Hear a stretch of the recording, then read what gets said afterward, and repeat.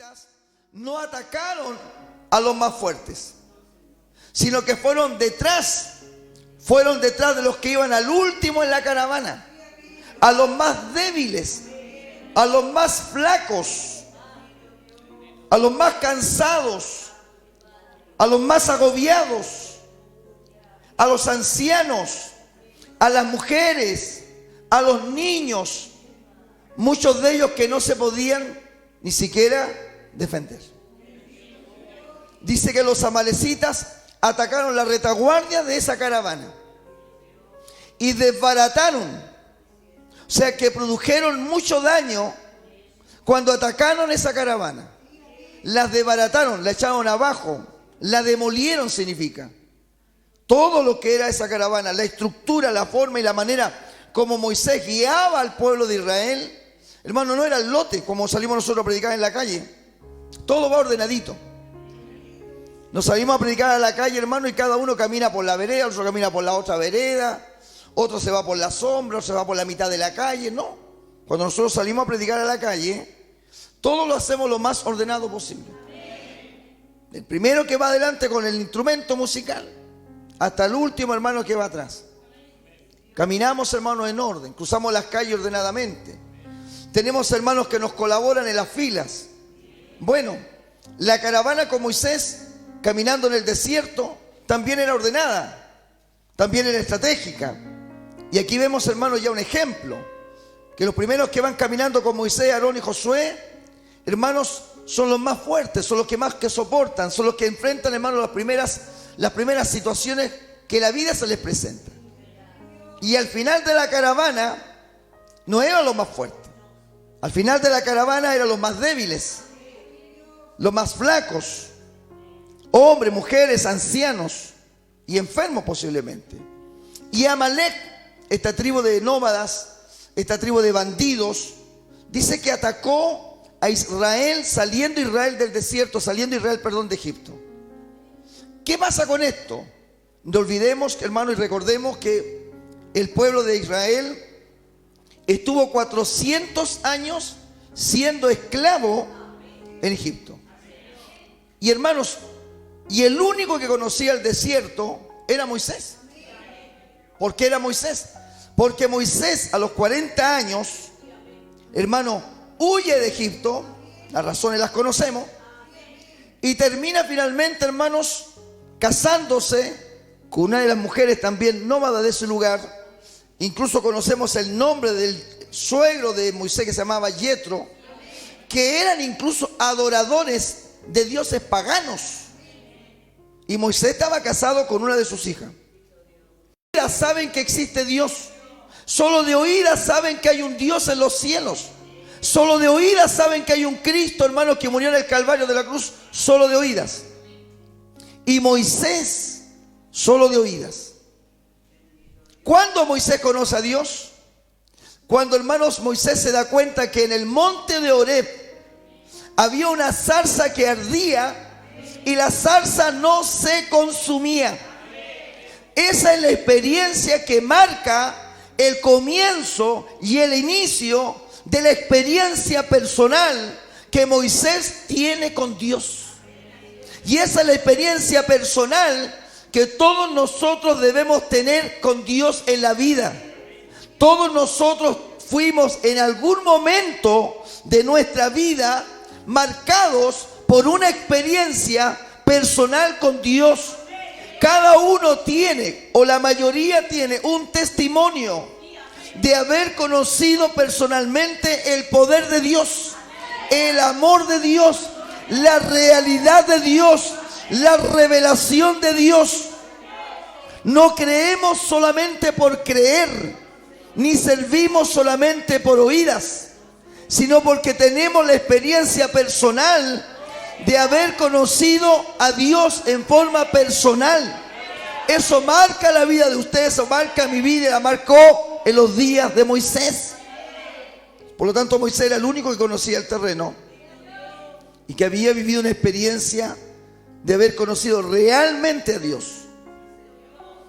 Y Moisés, sino que salen para destruirlos, salen para estorbarlos, salen para ir contra los más débiles de la congregación, del pueblo. Recuerde que la palabra congregación es lo mismo que asamblea. En el Antiguo Testamento es la palabra cajal, que significa asamblea, congregación. Y que después en el Nuevo Testamento esa palabra se llama iglesia, ¿no? Que también significa asamblea, significa congregación, ¿no? Entonces los amalecitas atacaron la congregación de Moisés, el pueblo de Dios, y atacaron a los más débiles y desbarataron y echaron abajo y desmoronaron, hermanos, a ese grupo de hombres y mujeres que iban guiados por Moisés. El espíritu de Amalec es un espíritu, hermanos, y es tal cual como yo lo digo, un espíritu. Quizás hoy día no vamos a conocer jamás a un verdadero amalecita. No vamos a poder decir, mire, este es un amalecita, porque no hay. Los amalecitas como tribu, los amalecitas como personas, como raza, como etnias, ya no existen, ya no están, desaparecieron. Pero el espíritu que ellos tenían persevera, se mantiene hasta los días de hoy. ¿Y cuál es el espíritu de los amalecitas? Lo que yo mencioné. Eran traicioneros, veleidosos, vengativos, oportunistas, ladrones, asesinos, criminales. En el texto bíblico dice claramente, fíjense nuevamente en la palabra del Señor, que hay algo más que destacaba a los amalecitas. En el verso 18, que dice al final del verso 18, y no tuvo ningún temor de Dios. Era gente que no tenía ningún temor de Dios. Para nuestros amigos que están aquí recién con nosotros, la palabra temor no es un temor como el que nosotros conocemos, sino que la Biblia, cuando se refiere temor a Dios, se está refiriendo a temor reverente. O sea, que hay un temor reverente, hay un respeto solemne ante las cosas divinas. Hay un temor reverente. O sea, ¿qué digo? Que cuando yo entro a esta iglesia y sé que esta iglesia está consagrada al servicio de Dios, yo no entro aquí y me pongo a fumar un cigarro, porque de alguna manera en mi vida hay un respeto por las cosas de Dios. Eso se llama temor reverente a las cosas divinas. Reverenciamos, respetamos, consideramos, valoramos las cosas que son de Dios. Respetamos, valoramos, estimamos, consideramos que no son cosas comunes, sino que al ser cosas divinas tenemos temor reverente a Dios, porque son cosas de Dios, no son cosas humanas, son cosas divinas, y la persona tiene temor reverente, temor respetuoso ante las cosas sagradas de Dios. Y estos amalecitas no tenían ningún temor reverente a Dios. Ese es el espíritu de los amalecitas. Dígame hoy día cómo estamos. Dígame en el tiempo que nosotros hoy día vivimos. Cuando yo estuve en Chile, ahora en Santiago, hermanos, más tarde les voy a explicar, y en una reunión que haré, una de las cosas que más hablaban mis pastores, sí los puedo mencionar, no la situación, no las voy a mencionar, pero sí voy a mencionar a mis pastores. Por ejemplo, mi pastor Ramón Alegría, el evangelista Juan Pablo Iturra, por mencionarle algo. ¿Sabe de lo que más me hablaban ellos? De la falta de respeto dentro de la vida de las iglesias. No les voy a contar los casos, no voy a contar lo que ellos están pasando, están viviendo. No lo voy a hacer porque estoy saliendo. Pero hay algo, hermanos, que tanto al pastor Ramón Alegría como también al evangelista Juan Pablo Iturra, y también incluso en las palabras sabias del pastor Gabriel Lara, bajo el alero del pastor Giovanni Rodríguez de San Bernardo. El pastor Lara, hermanos, en la vigilia de varones, habló en una consejería de esa vigilia y tocó un punto importante a los varones, que es el respeto. Dice: yo estoy a cargo de los varones de la iglesia, del departamento de varones, y a los varones yo les enseño esto, a los predicadores jóvenes yo les enseño esto, a los que están recién empezando a predicar yo les enseño esto, la pastilla Ubicatex y esas cosas parecidas que ustedes me conocen. Entonces, hay algo que yo saco como una conclusión de mi viaje, que hay cuestiones, hermanos, que se repitieron en este viaje.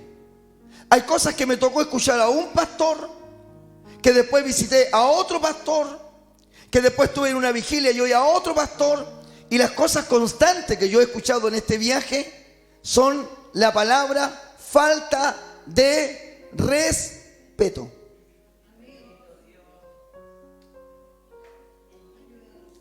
Y la gente dentro de la iglesia, esto falta de respeto, muchas veces mezclan las cosas espirituales del Señor. Se sienten con atribuciones en el nombre de Dios. Se sienten con atribuciones en el poder de Dios y usan el nombre de Dios para faltar el respeto dentro de la iglesia. Y ustedes no se hagan los bobos, porque si somos testigos aquí de falta de respeto, lo somos. Dos amenes. Qué falta de memoria tiene la iglesia, ¿eh? Qué corta memoria tienen ustedes, ¿eh? O al menos que algunos de ustedes o la gran mayoría piense que aquí nunca ha habido falta de respeto. Pero yo digo que sí, que aquí han habido ejemplos de falta de respeto, y en el nombre de Dios. Los amalecitas no tenían temor de Dios, no tenían respeto a nada que fuera de Dios. Los amalecitas no respetaban nada que fuera sacro, que fuera santo. Ellos pasaban por alto todo. No les importaba, hermanos, si los siervos eran de Dios. Pasaban por sobre la autoridad de Moisés. No les importaba que ese pueblo que salió de Egipto era un pueblo, hermanos, que Dios los estaba llevando a la libertad. Ese pueblo que caminaba en el Sinaí no era cualquier pueblo. Era un pueblo que salió de Egipto con el poder fuerte de la mano de Dios. Ese pueblo, esa gente que caminaba en el desierto, era gente, hermanos, que habían sido testigos del tremendo poder de Dios. Y esa gente que caminaba en el desierto no servían más que a un Dios tan poderoso como el Dios que había conocido Moisés en el monte Horeb. No era cualquier pueblo, pero no importó. Los amalecitas atacaron esa congregación, porque el espíritu de Amalec es eso. A ellos no les va a importar que usted sea un hombre de Dios. A ellos no les va a interesar que esto sea una iglesia de Dios. A ellos no les va a importar la autoridad que pueda haber dentro de la iglesia. Los amalecitas obrarán, atacarán y van a buscar dentro de la congregación ¿a quiénes? A los más fuertes, a los más débiles. Siempre van a atacar a los más débiles. Ellos no van a ir ante un hermano que tiene convicciones. No van a atacar a una Dorca, a una hermana que tiene convicciones. No van a ir, hermanos, a un hermano, a una varona, a una mujer, hermano, que tiene principios, que tiene fundamento, que sabe perfectamente que no va a poder ir contra esa gente. Sabe, va a buscar dentro de la congregación ¿a quiénes? A los más débiles. ¿Para qué? Para destruirlo. Y aquí yo quiero explicar, hermanos, los débiles, porque hay tipos de débiles. Están los débiles que por cansancio, como dice la Escritura, que por cansancio, que por fatiga, que por lucharla, por pelear todos los días. Hermanos, hay un cansancio natural. Yo como pastor me siento a veces cansado naturalmente. Y a veces mis oraciones no son tan largas, no son tan profundas, no son tan poderosas a veces, porque hay un cansancio.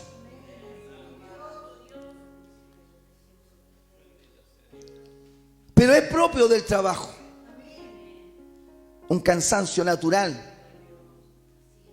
Del que lucha, del que pelea, del que batalla. Pero está el otro débil. El débil que no se alimenta. El débil que no tiene, hermano, una relación cercana con Dios.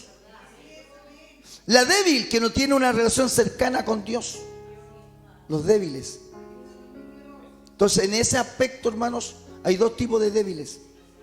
El que se aleja, el que no come, el que no se alimenta de las cosas divinas, de las cosas del Señor. Cuando usted le predican en la iglesia, hermanos, la palabra que se predique es para que usted y yo nos alimentemos. La palabra que se predica es para que usted y yo nos alimentemos. Para que usted, en términos espirituales, abra su boca y reciba la palabra del Señor. Reciba la palabra de Dios y sea su vida sustentada, alimentada. Nosotros como creyentes, ¿qué decimos? Que la Biblia, hermanos, que la santa palabra de nuestro Dios es el maná o el pan que viene del cielo. Que nosotros, hermanos, nuestro alma y nuestro espíritu, el alma no come nada que sea terrenal. Nuestra alma nos alimenta de pollo. Nuestra alma nos alimenta de chorizos. Nuestra alma nos alimenta, hermanos, de pizzas, de unas milangas. Hermanos, el cuerpo físico, el que necesita ese alimento. Mi cuerpo, hermano, necesita comer algo concreto. Unos chorizos, unos porotos, unas lentejas, unas milanesas. El cuerpo físico, mi cuerpo orgánico, solo se alimenta de eso. Agua, beber eso. Pero mi alma nos alimenta de pollo. Mi alma nos alimenta de chorizo. Mi alma nos alimenta de milanesa. Mi alma solo se alimenta de cosas espirituales. El alma solo se alimenta de cosas que vienen de parte de Dios. El alimento que tiene el alma, hermanos, son la palabra bendita del Señor. Y cuando el débil o la débil no se alimenta de esta palabra, naturalmente, hermanos, que va a quedar solo al final de la caravana. Va a quedar al final, hermanos, de la fila. ¿Y dónde van los amalecitas? ¿Dónde va el espíritu de Amalek? ¿Va a atacar a los que se alimentan? ¿Va a atacar a los más fortalecidos? ¿Va a atacar a los que tienen convicciones? No. Va a atacar a los más débiles, que puede ser por cansancio o puede ser, hermanos, porque no se alimenta como corresponde. Y la palabra de Dios está para ser recibida. La palabra de Dios está para ser, hermanos, guardada en el corazón. Toda predicación en su vida, en mi vida, es para que la guardemos en nuestros corazones. La pongamos por ahora, la retengamos, la memoricemos. Recordemos qué es lo que quiso hablar el Señor, qué quiso hablar Dios con nosotros, cuál es el consejo, cuál es la enseñanza. Si esta palabra bendita es una palabra fiel y verdadera. Esta es la palabra, hermano, que transforma vidas. Esta es la palabra que, hermano, que convierte corazones. Dice que la fe viene por el oír la palabra de Dios. Esta es la palabra, hermano, que transformó nuestras almas. Entendemos que todo cristiano necesita comer de esta palabra. Necesita alimentarse de esta palabra. Necesita todos los días el alma, así como el cuerpo necesita comer todos los días. El alma necesita de este alimento. Esta palabra no alimenta nuestro organismo. Esto solo alimenta nuestra alma. Solo alimenta nuestro espíritu. Y cuando el alma, hermanos, no se alimenta bien, la vida va a estar en debilidad. Los amalecitas o el espíritu de Amalek no va a atacar a los más fuertes. No va a atacar al predicador que tiene bases, que tiene fundamento, que tiene doctrina, que tiene enseñanza, que tiene convicciones. Va a buscar al más débil, al que menos puede soportar, al más cansado ya por la batalla, por la lucha, o al que está menos alimentado. El espíritu de Amalek, hermanos, es un espíritu tremendamente mortal, que si no se derrota cuando se tiene que derrotar, traerá terribles consecuencias para nosotros. El tiempo, hermanos, del rey Saúl, hermanos, ustedes recuerdan que el rey Saúl llegó a un momento en que Dios, hermano, le ordena destruir completamente a los amalecitas. Y el rey Saúl no lo hace. Dice, hermanos, el libro de Samuel, que el rey Saúl perdonó la vida del rey Agag. Y el rey Agag era el rey de los amalecitas. Cuando Saúl no obedeció lo que Dios le demandó, ¿qué es lo que Dios le dijo? Que destruyera completamente a los amalecitas. Mas Saúl no lo hizo. Venció a los amalecitas, pero no destruyó a los amalecitas. Dejó vivo al rey Agag. Eso fue un error tan grande que Saúl cometió. Y es lo que a nosotros también nos pasa. Nosotros a veces podemos ser vencedores contra todo este tipo de espíritus demoníacos que afectan nuestra paz con Dios y afectan nuestra paz entre nosotros. Cuando nosotros a veces vencemos a ese espíritu, pero no lo expulsamos, lo vencemos, lo apaciguamos, lo domamos, pero no lo expulsamos de la iglesia, pero no lo expulsamos de nuestras vidas. Porque también, hermanos, podemos hablar de la iglesia como cuerpo, como grupo, pero también podemos hablar en forma personal. Puede que también en mi vida personal haya una malecita que anda, hermanos, merodeando en mi mente, que anda merodeando en mi corazón para ver la posibilidad de destruirme. Puede que en nuestra iglesia el espíritu de Amalek entre para, hermanos, atacar a los más débiles de la iglesia. Entonces nosotros tenemos que tener claro que cuando Dios le ordenó a Saúl destruir completamente a Amalek, Saúl cometió un error garrafal, dejando en vida y perdonando la vida del rey de Amalek. Mire cómo son las cosas. Lo que pasó en el tiempo después.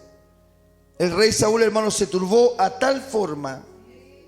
Recuerden ustedes que llegó a un punto en que fue a consultar hasta una bruja, una divina, la pitonisa de Endor. Hermanos, porque Dios ya no hablaba con él. Y fue a buscar en esa brujería, fue a buscar en el ocultismo una respuesta divina.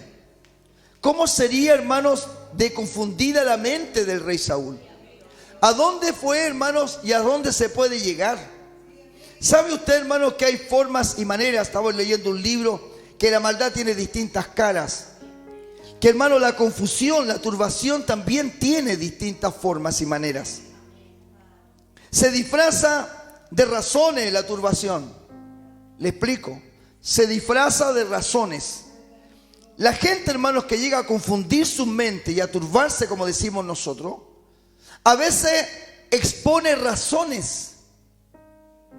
Y no hay manera de que usted la pueda ayudar. Porque a veces, hermano, la confusión que se da en el corazón humano es de tal manera que a veces la turbación tiene hasta razones para estar en la condición que se está. Ejemplo, una persona que dice: a mí me asaltaron, yo también asalté a otro. A mí me mataron un amigo, yo voy a matar a otro. Razones, hermanos, que no tienen justificación.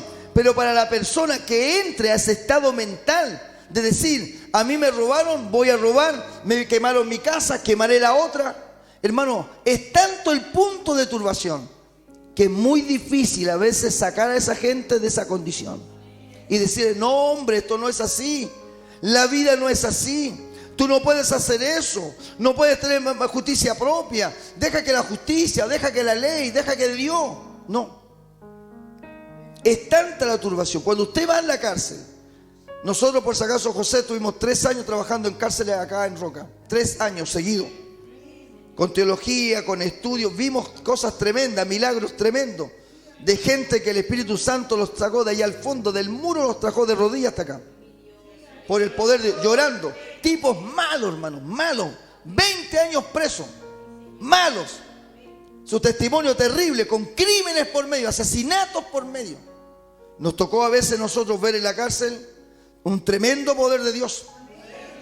Nosotros le teníamos miedo a esos tipos. Pero cuando predicábamos, hermano, algo pasaba.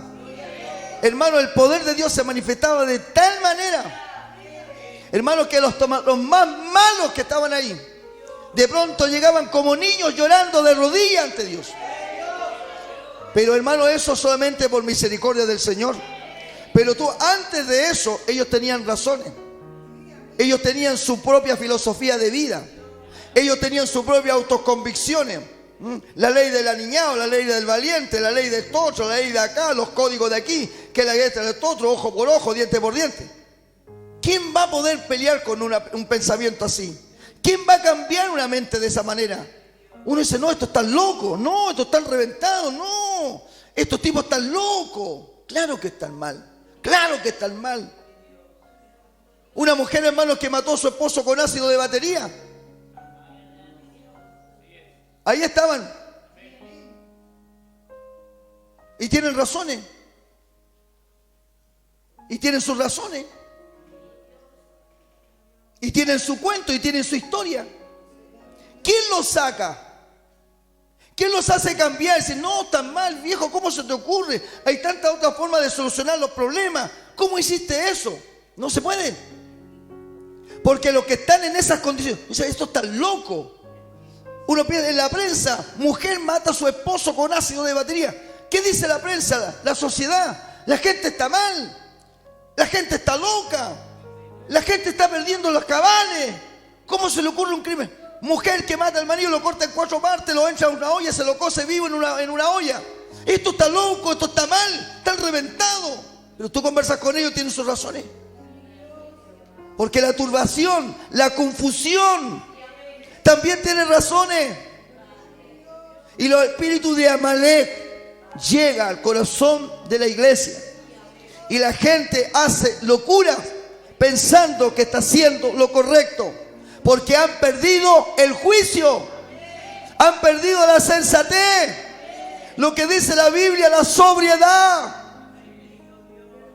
Es tan peligroso el espíritu de Amalek dentro de nuestros corazones, dentro de nuestra iglesia, que nos hace sentirnos justificados de nuestras acciones, por muy malas que sean.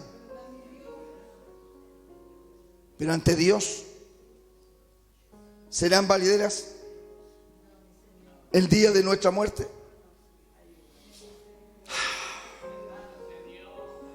El espíritu de Amalek es espantoso.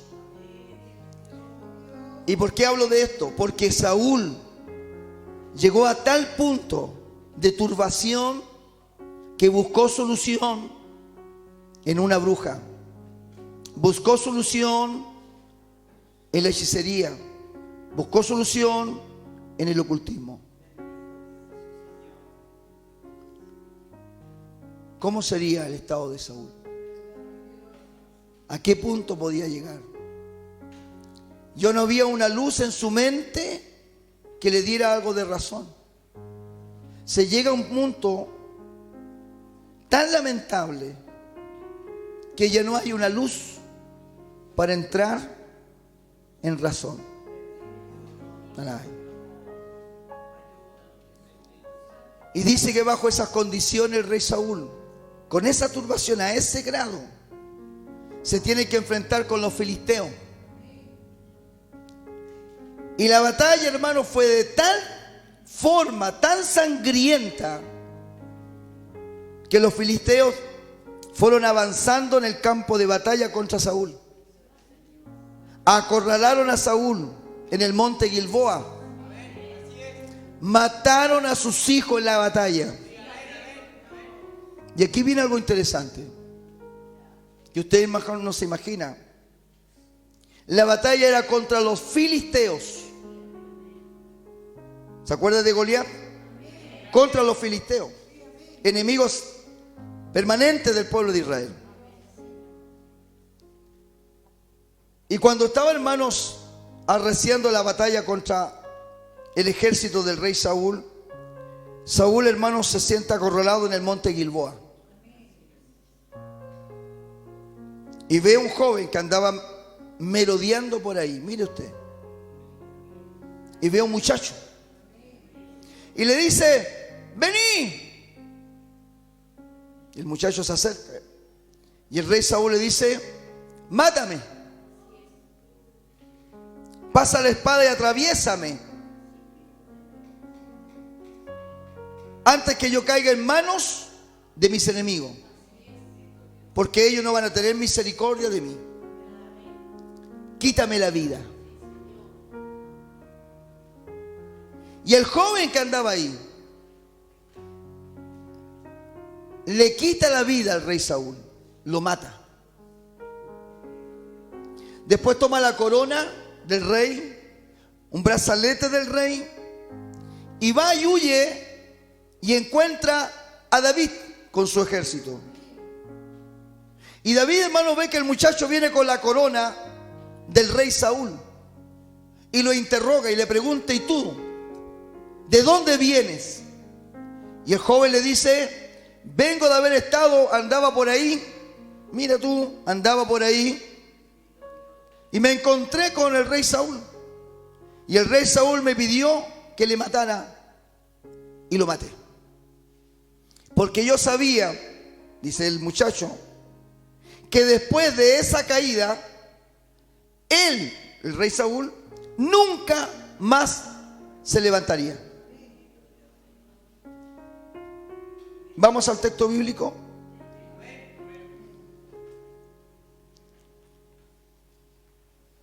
Segunda de Samuel, capítulo 1. Busquen en sus Biblias, por favor, el texto donde yo me estoy refiriendo a este hecho.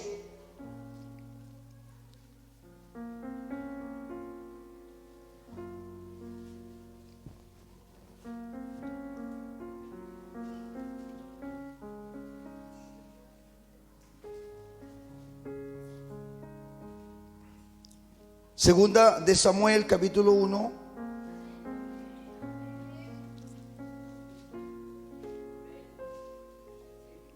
Vamos a leer del verso 5 al verso 10.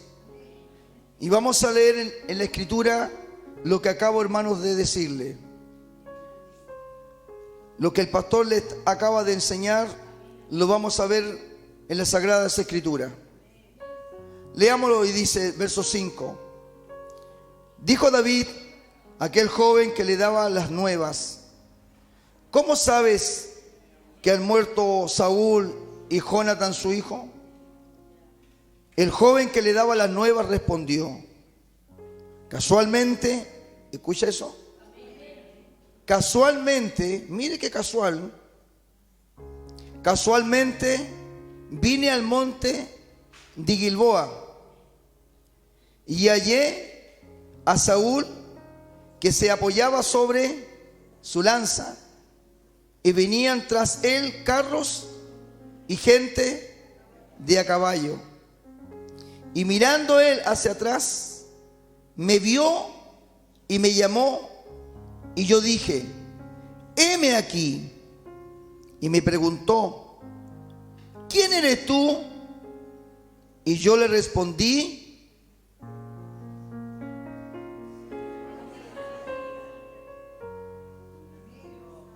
soy amalecita. Qué ironía. Saúl no quiso destruir a Amalec. Le perdonó la vida al rey Agag, sin imaginarse que al tiempo después, una amalecita, que ni siquiera era una guerra con ellos, que era una batalla con los filisteos, una amalecita le quitó la vida, finalmente. O sea, cuando tú no destruyes lo que tienes que destruir, eso te va a destruir a ti.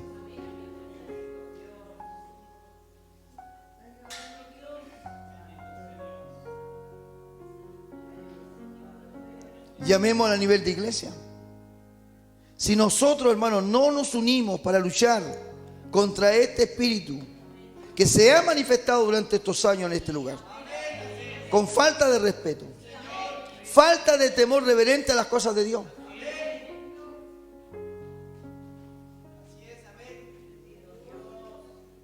atacando al que está, hermanos, en el aire, atacando, hermano, y carcomiendo la vida de aquel o de aquella que no tiene un fundamento, que no tiene visión de ministerio, que no está parado en la doctrina, en la enseñanza. Ese espíritu que no afectó, hermanos, a quienes están hoy día conmigo, sino a aquellos hermanos que se descuidaron, aquellos hermanos que en algún momento se relajaron dentro de lo espiritual, no velaron, no se cuidaron, se confiaron en ellos mismos, en sus propios razonamientos, los cuales muchos de esos razonamientos no coinciden, hermanos, con nuestra visión de iglesia, con nuestra doctrina, con la enseñanza del respeto.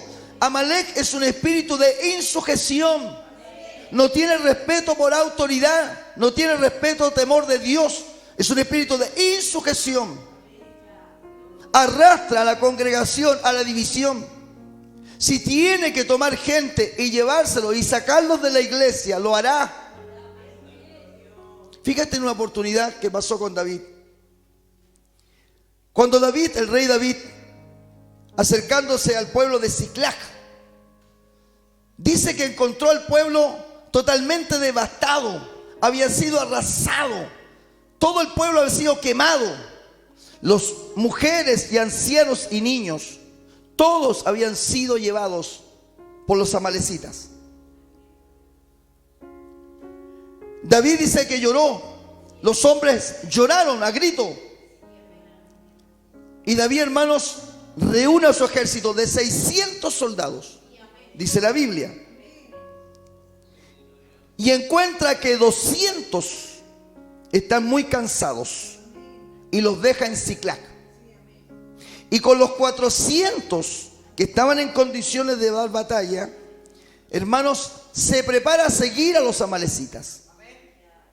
Pero en medio de esa búsqueda se encuentra con un muchacho que venía todo revolcado y lo interroga y le dice al muchacho: ¿quién eres tú? Y el muchacho le dice: yo soy egipcio y vengo huyendo de los amalecitas, porque mi amo es amalecita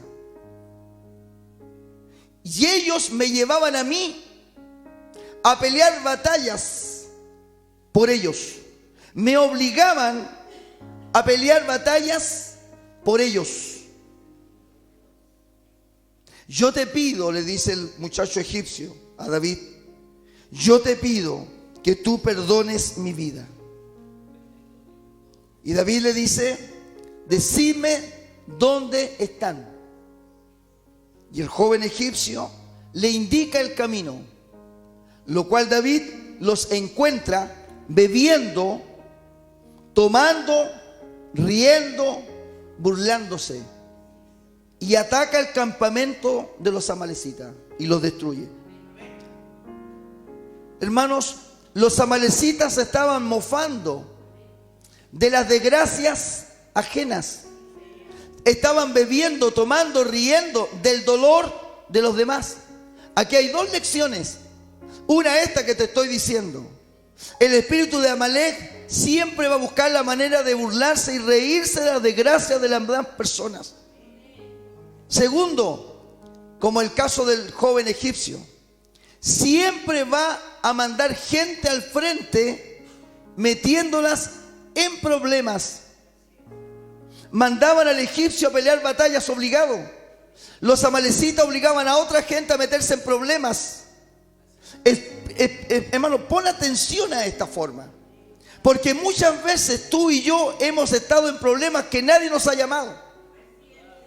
Yo le decía a una hermana recién hoy día en la tarde, de pronto, hermano, yo no estoy metido ni en los WhatsApp, no ando metido ni en las casas, no ando hablando de nadie, de nada, y de pronto andamos metidos en tremendos problemas.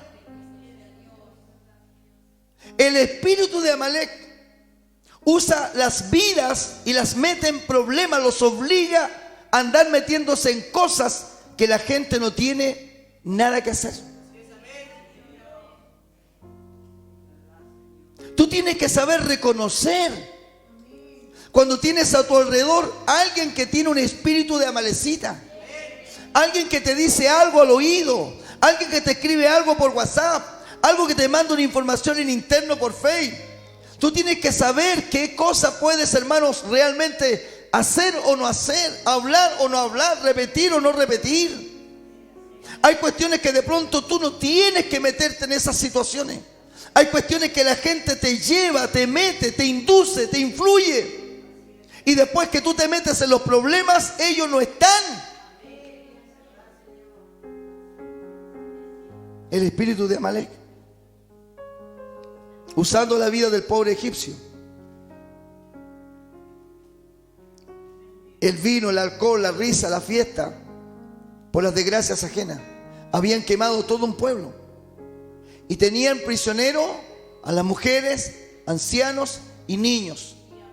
Y ellos bebían, cantaban, reían. El espíritu de Amalek se puede manifestar en cualquier momento y en cualquier persona. Hasta la gente más cercana a nosotros. Hasta la persona de más de confianza que tú tienes. Hasta el hermano con el cual tú tienes confianza para hablar. A veces no nos damos cuenta de que el espíritu de Amalek está rondando en ese tipo de relaciones. El rey Saúl no destruyó a los amalecitas, y con el tiempo, peleando contra los filisteos, el que le quitó la vida fue una amalecita.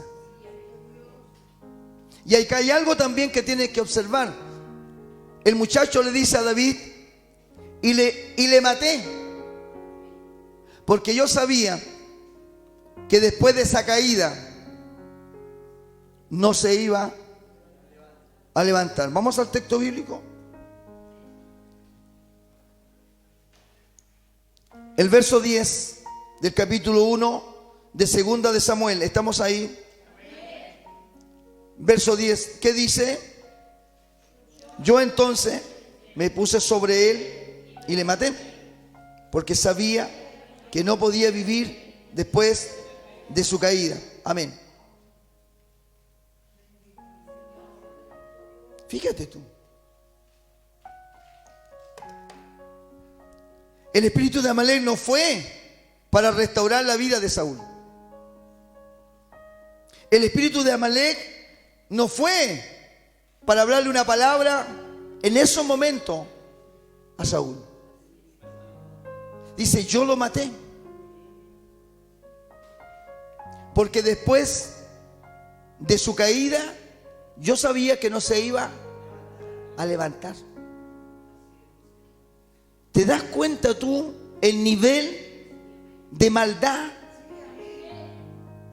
Es como decir en términos criollos, oye, esto hacen leña del árbol caído. O hay otros dichos que se dicen, yo no le pego a alguien que ya está en el suelo. Pero Amalek no tiene ese tipo de código. Amalek dijo, yo lo maté, porque yo sabía que después de esta caída él no se iba a levantar.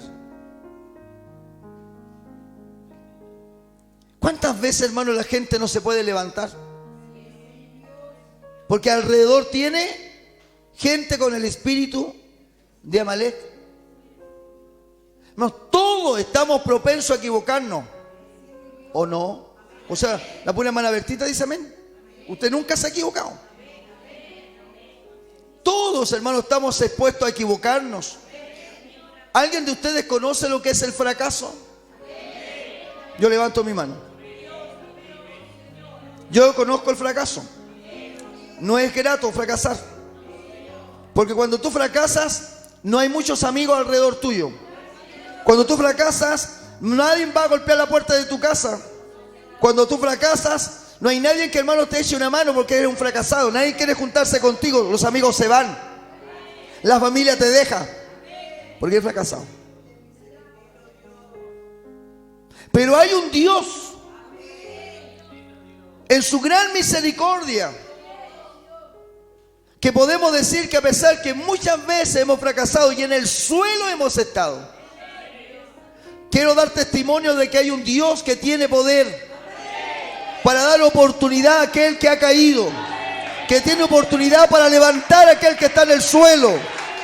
Tengo un Dios generoso, tengo un Dios poderoso que está aquí no para matarte, que está aquí no para destruirte. Hay un Dios poderoso que está aquí para restaurarte, para darte fuerza, para darte vida, para darte oportunidad, para decirte: yo estoy contigo. No te desalientes, no te desanimes, confía, yo soy.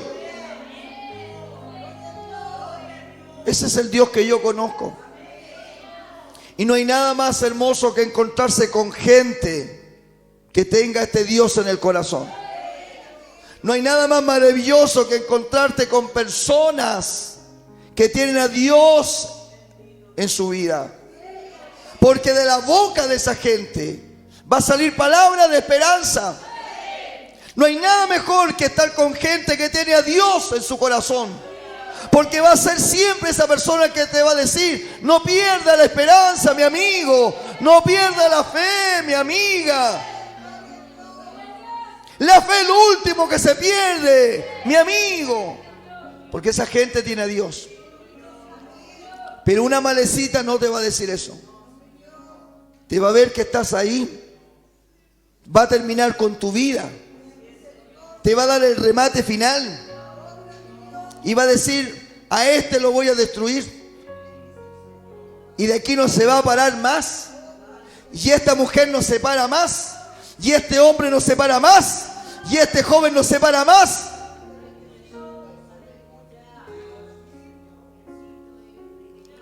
El joven Amalecita dijo: yo lo maté porque sabía que después de esta caída no se paraba más.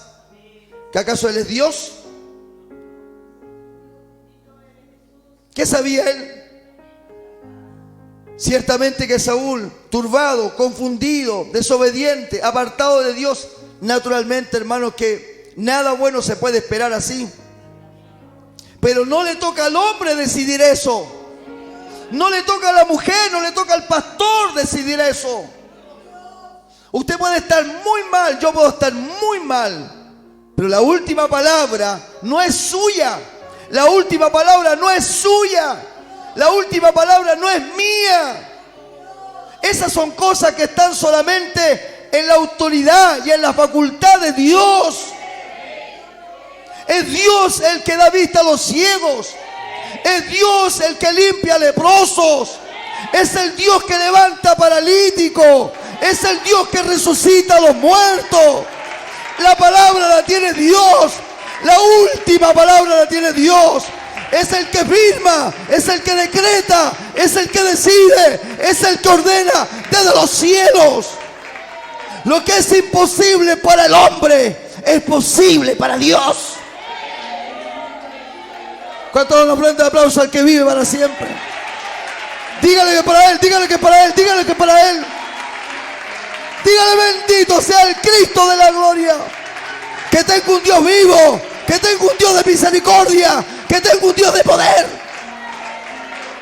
que tengo un Dios que es fiel.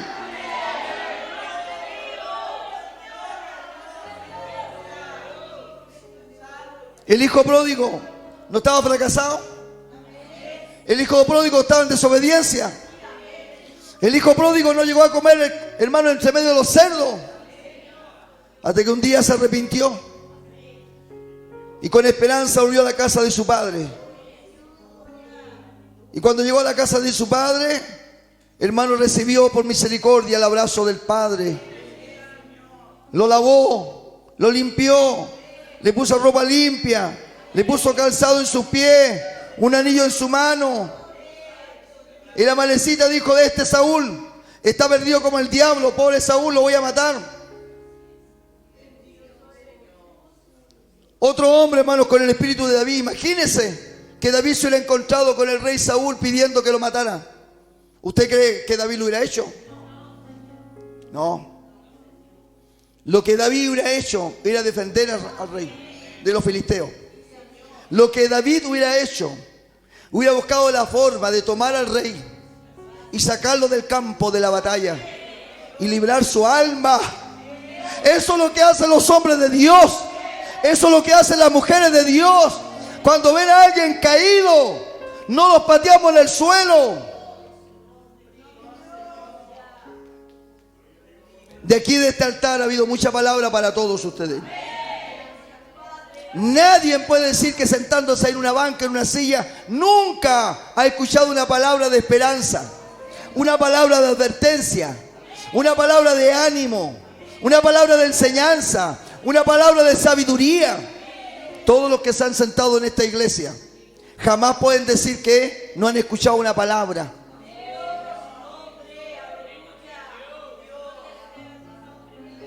Porque eso es lo que hacen los hombres de Dios. De sus labios salen palabras de esperanza. Pueden haber palabras de corrección. Pueden, hermano, haber tirones de oreja. Pero al final del mensaje, siempre el hombre de Dios deja una alternativa. Hay esperanza. Oh, hay esperanza. Puede ser una palabra, hermanos, que duela. Puede ser una palabra que incomode. Puede ser una palabra que nos apriete. Puede ser una palabra, hermanos, que nos reprenda. Pero siempre al final del mensaje, el hombre de Dios, la mujer de Dios, tiene una palabra. ¡Hay esperanza! Cristo es la esperanza. Solo Cristo salva.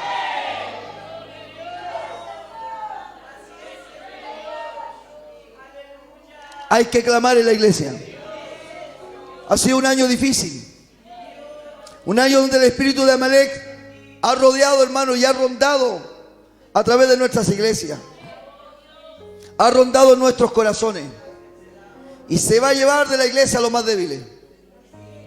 El espíritu de Amalek arrastra a los débiles. Es falta de respeto. No tiene temor por las autoridades puestas por Dios. Divide a las iglesias. Ataca a las congregaciones cuando menos lo piensan. Buscan a los que menos, hermanos, tienen fuerzas. Pero esta noche, esta tarde, reprendemos el espíritu de Amalek.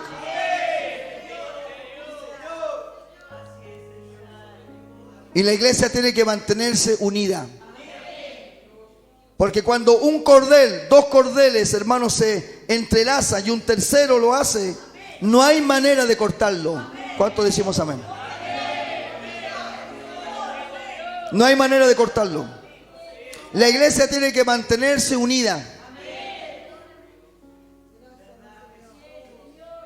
Porque como siempre digo, el día que usted esté fuera de la iglesia, no van a venir los que lo sacaron a orar por usted, a clamar por usted, a llorar. No van a ir. No van a ir a su casa y decirse qué lástima, qué pena que quedaste fuera de la iglesia, lo siento tanto al verte, que estás como estás. No van a ir. Por eso usted tenga cuidado. Porque después de caminar en el Evangelio, después de vivir experiencias tan hermosas, no cuesta nada. ¿Se acuerda del mensaje que prediqué una vez? No cuesta nada perderlo todo en un día, en un rato, en un minuto, en un segundo. No cuesta nada.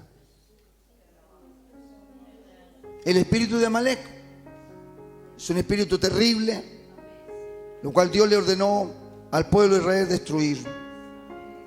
Y en esta noche vamos a clamar al Señor al final de año, porque hemos luchado contra ese espíritu. Ustedes saben bien cómo ha sido Chillán en este tiempo. Cuánta tristeza, hermanos, cuánto dolor, ¿Cuántos días, cuántos meses, hermano, de ir a nuestra amada iglesia y encontrar desaliento en la iglesia? Encontrar caras tristes en la iglesia. Qué tremendo es esto, hermano. ¿Por qué? Porque el espíritu de Amalek, destruyendo, socavando, inventando, escribiendo, comentando, murmurando, más de lo que no corresponde, desalienta a mucha gente. Los desalienta, los desanima y los hace pensar en no seguir. Pero este es un mensaje de advertencia, porque una vez que Amalek cumple su cometido con tu vida, naturalmente que es muy difícil sumarte a la caravana que va camino a la patria celestial. Esta es una noche, hermanos, que podemos nosotros decir: Señor, líbranos, Señor, de este espíritu terrible, tanto en nuestra iglesia, como congregación, como asamblea cristiana pentecostal, como templo Adonai, como Chillán, como anexo Emanuel, como anexo Betel, como equipo de trabajo en el coro, en la radio, el sonido, que trabajamos con grupos de hermanos, que el coro se mantenga unido, que no hayan peleas, discusiones, celos, envidias. En el grupo de Dorca, que las mujeres estén unidas, no celándose, no pelándose, no chimos, eso mismo.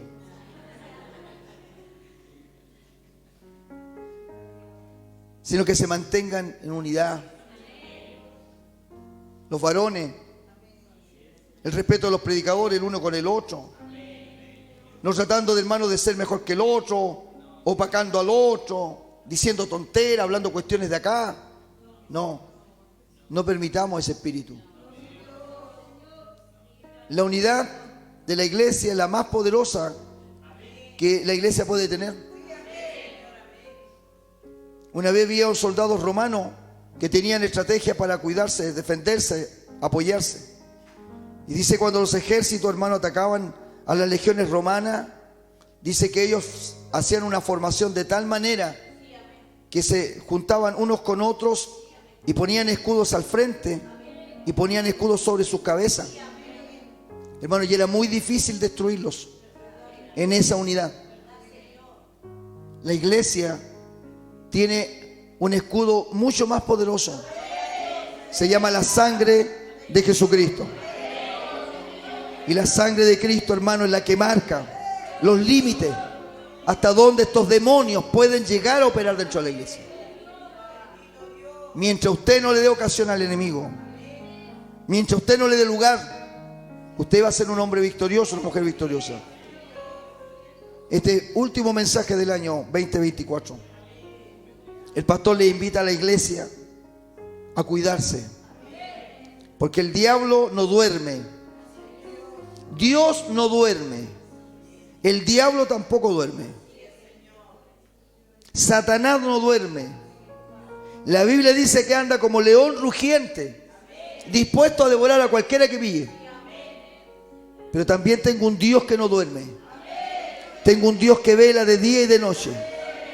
Tengo un Dios las 24 horas del día. Tengo un Dios que donde yo le clame, Él me va a escuchar. De donde yo estoy, Él me va a oír. Tengo un Dios que su oído está atento al clamor de su pueblo, está atento al clamor de sus hijos.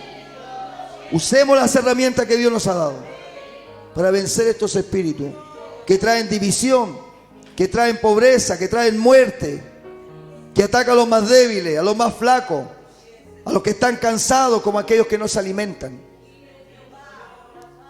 Y podamos, hermanos, sostener. Los líderes de la iglesia, guárdense, cuiden sus corazones. Padre, en esta noche te doy las gracias. Señor, quiero orar, mi Dios, por nuestra amada iglesia. Quiero clamar, Señor, por aquellos que están a través de las redes sociales, escuchándonos, viéndonos en esta tarde. Quiero clamar, Señor, por mi amada iglesia de Chillán.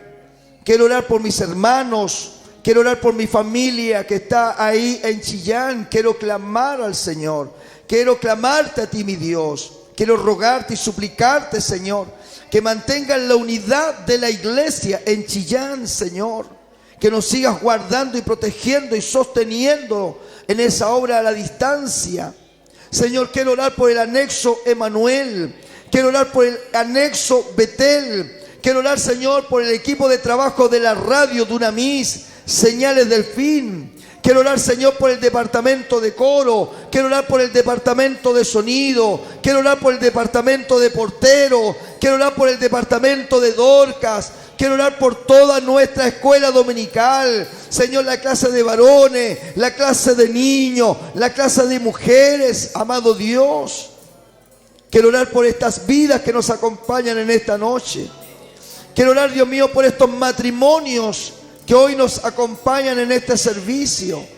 Quiero clamar, interceder por ellos, Señor. Quiero orar por quienes han venido a tu altar, mi Dios. Quiero orar por mi hermana María Juárez, mi hermana Marta, mi hermana Berta. Quiero orar por mi hermana Cecilia, Señor. Quiero orar por mi hermana Rosita María Ángel. Y yo te pido por ella, Señor, para que se levante, Dios mío, restaurada, fortalecida, sana. Quizás han habido pensamientos en su corazón. Señor, el cansancio, la fatiga. Sabe que Amalek, si la encuentra débil, la arrastrará. Mas en esta noche ha recibido palabra suya. En esta noche se está alimentando su corazón. En esta noche está alimentando su alma. En esta noche está fortaleciendo la vida, Señor, su vida. Así también mis hermanas que están con nosotros. No veo a ningún hermano varón aquí. Señor, te doy gracias por nuestras hermanas mujeres, que son las que batallan, las que luchan, que son un puntal importante en la iglesia, que son puntales fundamentales en la obra, que son una ayuda en la parte espiritual, Señor. Oro por quienes están aquí. En el nombre de Jesucristo reprendo todo espíritu de Amalek, ese espíritu traicionero, ese espíritu veleidoso, ese espíritu asesino, ese espíritu criminal, ese espíritu que roba, que mata, que quita la bendición, que quita la alegría, que quita la paz.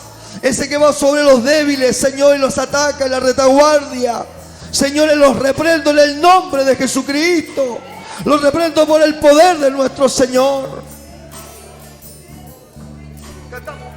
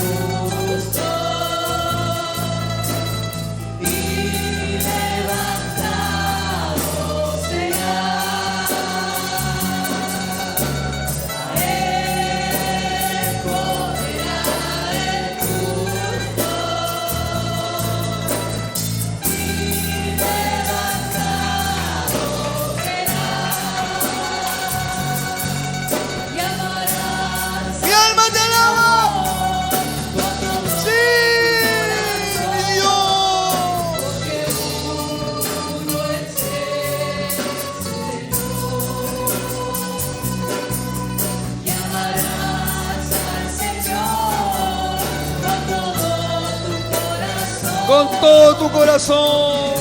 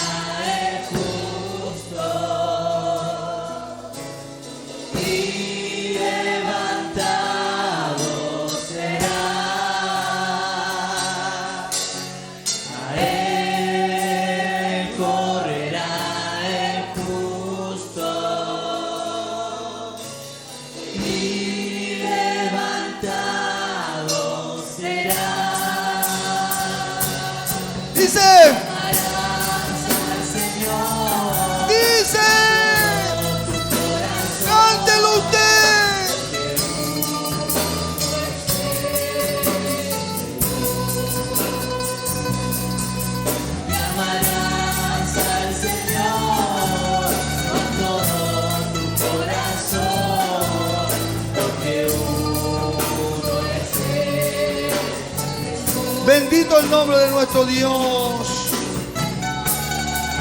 Dios les bendiga a todos ustedes, mis amigos, a través de la plataforma de Facebook. Vean nuestro canal de YouTube, Marcelo González Chandía, desde aquí, de Templo Adonai, de la Asamblea Cristiana Pentecostal, iglesia que se encuentra ubicada en calle América y Saavedra de nuestra ciudad de General Roca. Un abrazo enorme para todos ustedes. Dios les bendiga. Cariños.